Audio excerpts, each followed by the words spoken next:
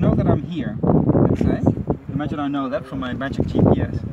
And it could also be that I don't have a GPS, so that's the next thing we'll do. And imagine if I want to go, for example, to this, well, first we'll talk a little bit about these lines here. You see all these brown lines? What are those? Contours. And you see those black points with those numbers? Do you know what they are? Where they measure? Those are indeed what we call spot heights. So they put a little pole and they measured. No, we saw one. Okay, you saw a nail. You saw a nail, like in the road or something. A square table with a number. Okay. And a nail in the top. Okay. That could also be if it's, because normally if it's a spot height, you will not find something in the terrain, and it's not necessarily the highest point. There's sometimes on the map I couldn't find one. There's also a triangle like this with a point inside. That's a so-called trigonometric point. That's important for the trigonometric network of a country. And usually you'll find something in the ground with a marking, and usually a code, and then you can find out in the database what its elevation is exactly. But anyway, the other thing you see here, and that's also maybe important for later when you're in the field, you see there's the brown contours, but there's also an area with little brown dots. It's not very easy to see, but do you know what that is? That means it's a very steep slope. Okay. So you don't really find contours, but and if it's a cliff like this black line with little bits in it, that's a cliff.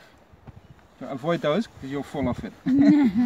That means there's a vertical drop which is larger than the contour interval. And the contour interval here is I think 10 meters. Yeah, every 10 meters there's a, so that it could be a drop of 10, 20, 50 meters potentially. But okay, let's move. So imagine I want to find out what direction this area is. So what I could do is I say, okay, this is where I am, and I can put the line of the compass along, let's say the line that I want to travel, and the map points at what direction? The top of the map? North. And this red arrow? North. Is it the same north? No. No? What's the difference? There's a 10 Magnetic difference, I think. Geographic north and One is geographic north. Geographical north and But indeed in the map legend you will find there's here it tells you what the difference is between magnetic north and true north. And here it's very, very small. It's 0 degrees and 13 minutes. So it's almost nothing, so I'm ignoring it. But it could be big, you know, if you're in Canada, North Canada, it could be that the magnetic north is to the south and the true north is to the north. Because the magnetic north is somewhere in Canada. I don't know why it's there, but it's there. So what you can do to take a bearing, you say, okay, this is where I am, and I want to go there, and I line up. You see, I can move this dial here, and so if I line these lines here with the lines in the map, then this is the direction I want to travel in. You see here on this dial here, so this is north, east, south, west. which one? This one, the little white one with the black numbers. See it? No, which one is the direction you want to travel? So I want to travel here 286 degrees or 288 degrees. Okay. So it's just a little bit, and I can also point in the terrain. So maybe if you just move a little bit, I can point. And actually, you see just beyond those. Oh yeah, to do it in the terrain. Sorry, I have to show you also. I now have to align this red arrow that moves to north with the red arrows beneath. You see that? So that they point in the same direction, and then I follow that line. I can do it like that. And then I should be going to these cliffs. You see that actually there are some cliffs to the right of that house. You see? So those are those cliffs to the right of this house.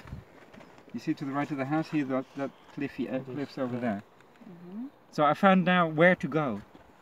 Now of course if you're really hiking, which you will be doing, you do not just follow the compass and follow a straight line, because you'll kill yourself. You'll fall down a ravine. So you say, okay, this is where I need to go, and then I look around. How do I get there? Ah, good, look, I can go to the bridge first, then I can maybe go to that house over there. You know, so I plan my route carefully to figure out where I'm going, and maybe go to another known location and then take another map reading. You see, because then I can travel safely, that I don't just start going like, okay, let's take a shortcut here. Shortcut is what we always call a long cut.